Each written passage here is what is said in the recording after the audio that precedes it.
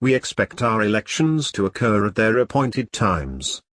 But this won't happen with one local election after a federal judge suspended it, ruling that its format is unfair to black people.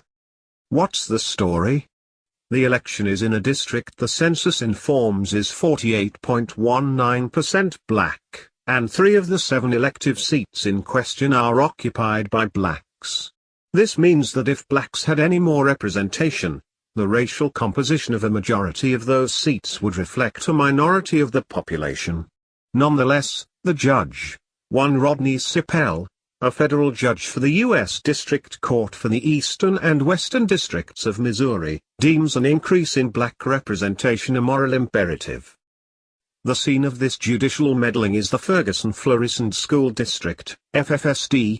Yes, that's the Ferguson, of Michael Brown fame. The feds already have compelled the locality to socially re-engineer its police force. And now, resulting from a lawsuit by the ACLU and NAACP, the FFSD has been told it may not hold the election in question, for school board, original scheduled for April 4, 2017, until it satisfies Judge Sipel's demands for reform. This judicial abuse hasn't received much attention. After all, most consider school board elections the watching paint dry segment of the electoral process. Yet consider the implications. Judge Sipel's meddling amounts to the camel getting his nose further inside the tent. How many other judges will suspend elections in the future? And what elections will be safe?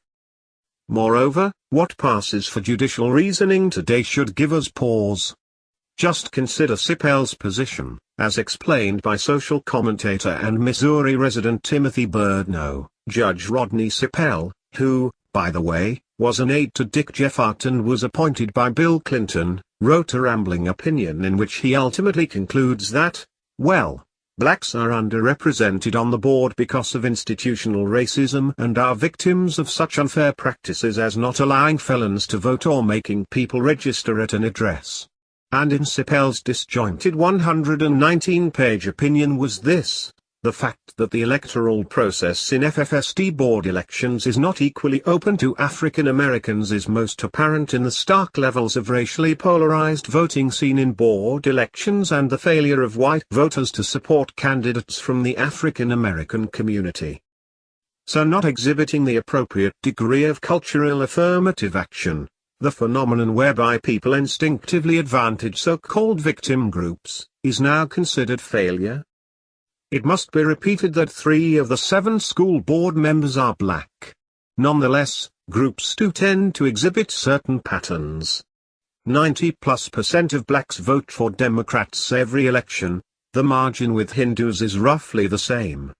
And blacks tend to vote for blacks and Hispanics for Hispanics. Would the feds ever target these bias-evidencing patterns with corrective and coercive action?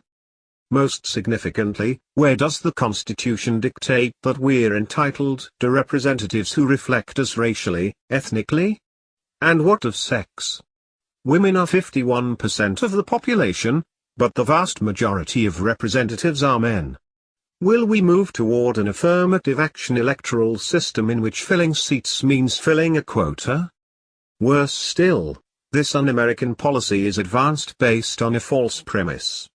This involves, as Dr. Walter Williams wrote in 2014, having been sold on the importance of electing blacks to high public office. He elaborated.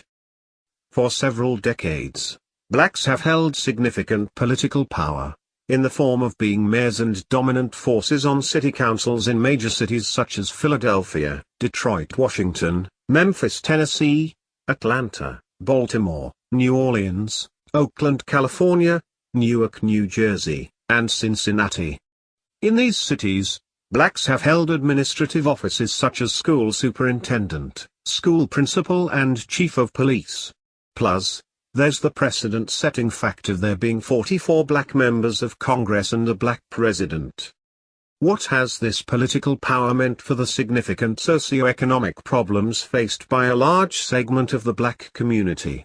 Clearly, it has done little or nothing for academic achievement, the number of black students scoring proficient is far below the national average.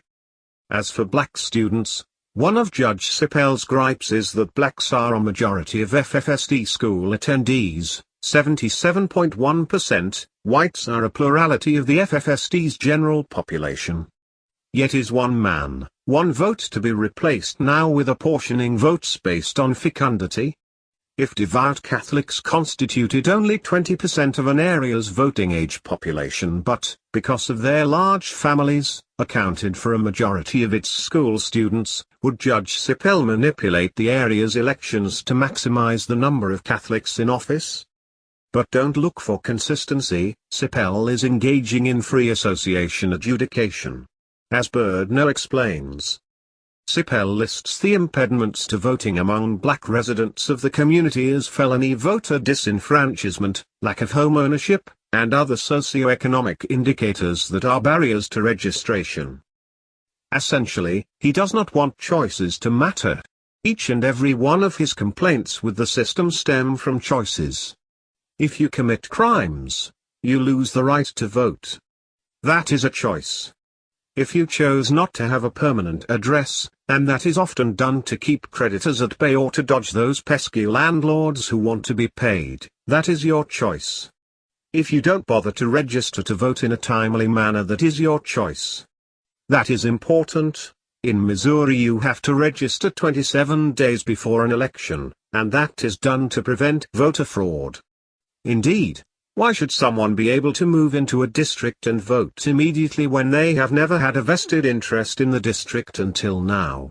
Frankly, the judge admits there was no evidence presented that illustrated an undue burden on black voters, which in itself should have led him to rule for the district. He simply wished this away, claiming lower rates of registration even without evidence. What Sipel is doing, in essence, is applying disparate impact mentality.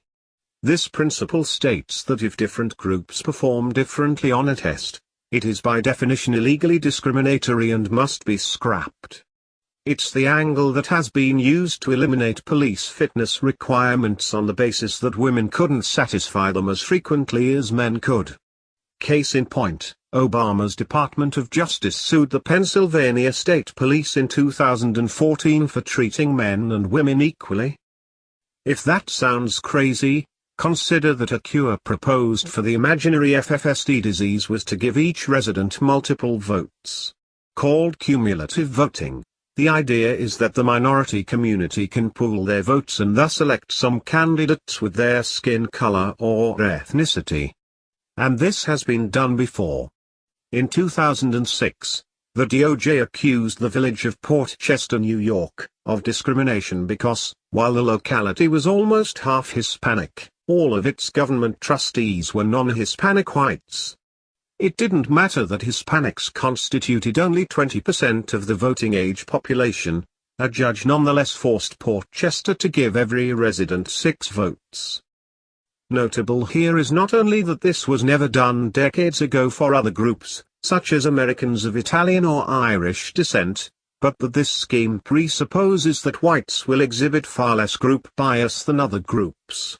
After all, if they also pooled their votes, cumulative voting couldn't yield a different outcome.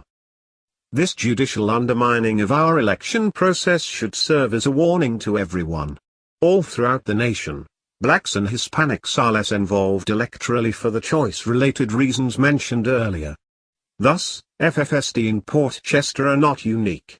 Sipel's rationale could be applied anytime, in any place with similar demographics, which means that judicial social engineering could soon come to a town